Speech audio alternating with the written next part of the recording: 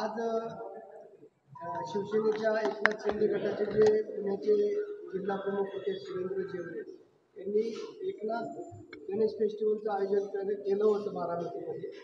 आणि या फेस्टिवलला अजित पवार उपस्थित आले नाहीत म्हणून त्यांनी त्यांच्या प्रतिमेला काळं कापड लावून निषेध करण्याचा प्रयत्न करण्यात आलेला आहे. कसं बघता येईल? मला असं वाटतं दुर्दैव आहे की महाराष्ट्राची जी संस्कृती आहे ही कैलासवासी यशवंतराव चव्हाणांच्या वारशाने चालते. आणि साधारण विरोधक हा असला तरी तो आपला शत्रू होत नाही. हे संस्कार आमच्या सगळ्यांवर झालेले आहेत आणि आम्ही कुणालाच, मी तरी कुणाला शत्रूच मानत नाही. कारण काय, माझे जे मतभेद आहेत हे वैचारिक आहेत, वैयक्तिक अजिबात नाही. आणि बारामतीमध्ये नेहमीच राजकारण हे सुसंस्कृतपणेच झालेलं आहे.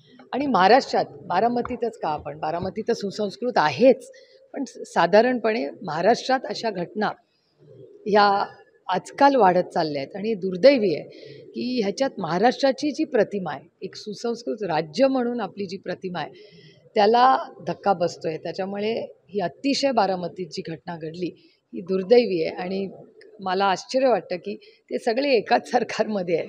तर हे एकामेकाचं करण्यात आणि महाराष्ट्राची आणि बारामतीची ओळख याच्यामुळे ह्याला खरं तर कुठेतरी एक म्हणजे वाईट मेसेज समाजात जातो आहे. त्याच्यामुळे मला दुःख झालं की बारामतीत अशी घटना झाली.